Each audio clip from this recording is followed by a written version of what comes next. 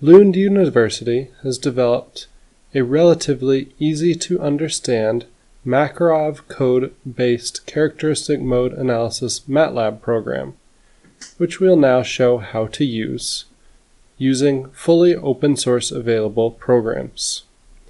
Let's start by designing an object which we wish to analyze. To do this, we'll use the open source software FreeCAD. Once FreeCAD opens, start a new document. Now we want to draft a new object. Go to Start, Draft. Let's draft a rectangle. Let's have the starting position of the rectangle be 0 millimeters, 0 millimeters, and 0 millimeters. Press Enter once these coordinates are applied. And now we can enter the length and width of the object. Let's have a length of 136 millimeters, a width of 66 millimeters, and a height of 0 millimeters. Hit Enter to apply this. We can zoom out using the center scroll wheel. By clicking the scroll wheel and dragging, you can pan an object and shift right-click to rotate the object. Click on the object and data to see the coordinates entered. We can now save this as an IGES format so that we can import it to mesh it. Go to File, Export, and let's save it as Matlab Characteristic Mode Analysis Rectangle in IGES format. Now, open the software Gmesh. Gmesh is an open source meshing software which meshes 1D, 2D, and 3D entities.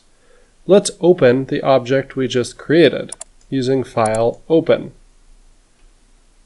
Matlab CMA Rec. Here we can click to rotate this. A few options need to be set. Go to Tools, Options, Mesh, General. Here we want one of these two. Let's choose Mesh Adapt.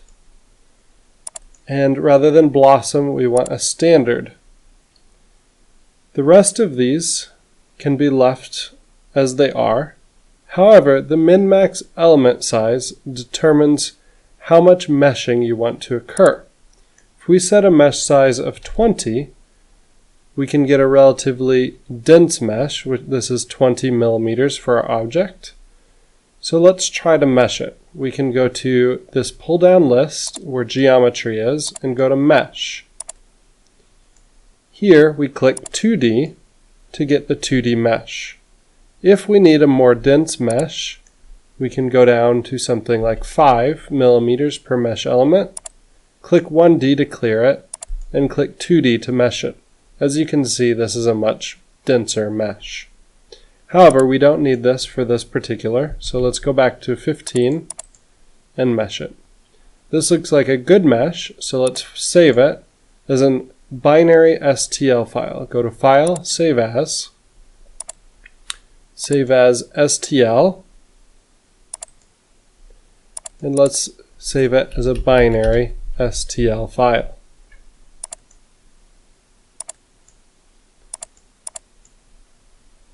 Okay. Now we can begin running our characteristic mode analysis on this object.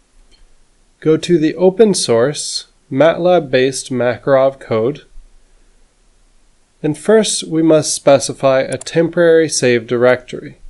This directory is used to save file locations during the run and execution of this program.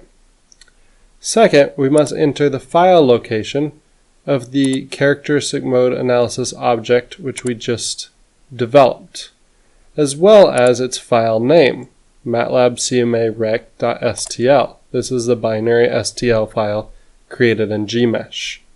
This will create an object location which will later be utilized in the analysis. Now we can specify the minimum and maximum frequency of evaluation. The frequency min is in Hertz, let's specify it as 0.8 e to the 9, or 0.8 gigahertz, and our frequency max as 1.2 gigahertz.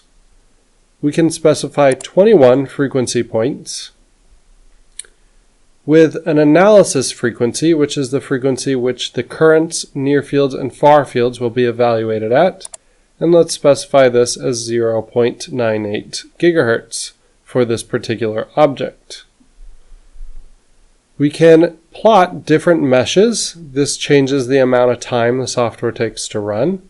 So let's enable the mesh plot so we can view the meshing of the object. This is a 1 to enable it and a 0 to disable it for all of these features.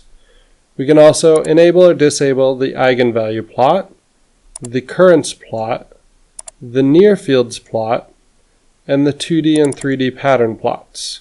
For the near fields, we can also specify which near fields we wish to observe.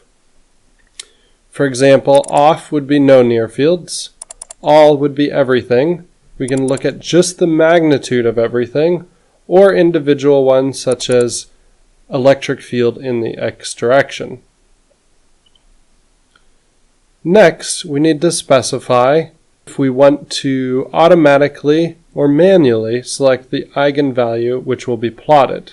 If you type nothing, this will ask you to select from a list of eigenmodes, where if 1 is placed here, the minimum eigenvalue will be chosen.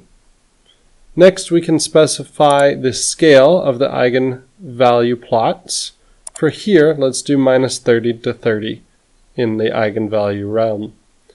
We can also plot our currents in linear or dB. For this case, 0 is dB and 1 is linear. Let's plot in dB for this particular plot. For our near field and far fields, we can either have the software determine which ones should be plotted, or we can specify that ourselves. For this example, let's look at just above the object and only up to the edges of the object. So in the X direction, we want to specify from 0 to 136 millimeters. This is in meters. In the Y direction, we want to go from 0 to 66 millimeters. And let's look in the Z direction just above the object at 20 millimeters. We can specify the axes which to be plot. Let's leave this as auto, or the aspect ratio of each of the plots. Let's leave this as auto as well for now. We can display our 2D patterns in linear or dB, where linear is 1 and dB is 0, and the angle step size of our 3D far field patterns. Let's change this to 10 degrees in theta and phi. The rest of the data in this code has detailed help files and can be analyzed, but beyond the initial setup, nothing else is needed.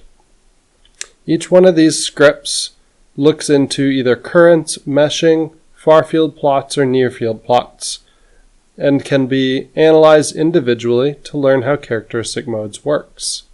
Let's run our file and analyze it using characteristic mode analysis.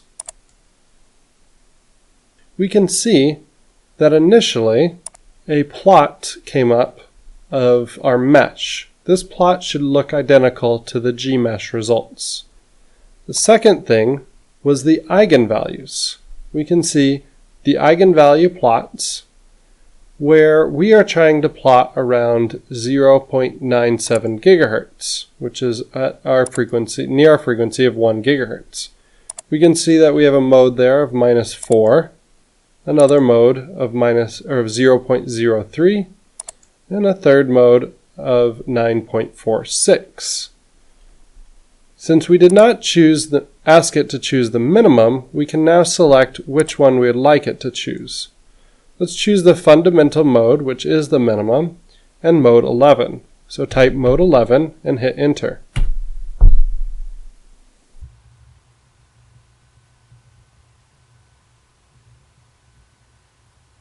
This plots the currents, near fields, and far fields of the object for the characteristic mode which was chosen. As we can see, we've got this current distribution plotted in dB, which can be changed to linear as shown before. This can be rotated and viewed. The next thing that was plotted was the E-field distribution of the system. We can see that it has an E-field distribution across the widths and heights chosen, as shown, an H-field distribution, an H-field distribution in the X, so fields in the X plane, in the X direction, fields in the Y direction, and H fields in the Z direction, magnetic fields in the Z direction. We can also see electric fields in the X direction, electric fields in the Y direction,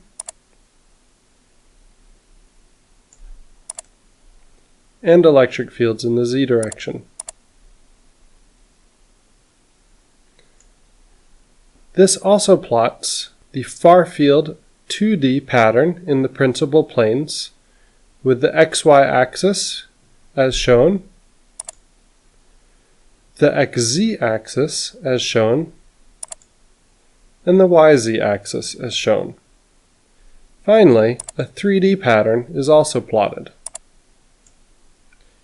This plot can be rotated and observed, and it has theta and phi components which can be used for any number of different analysis techniques. This has been an overview of the open source characteristic mode analysis software developed by Lund University based upon the Makarov code.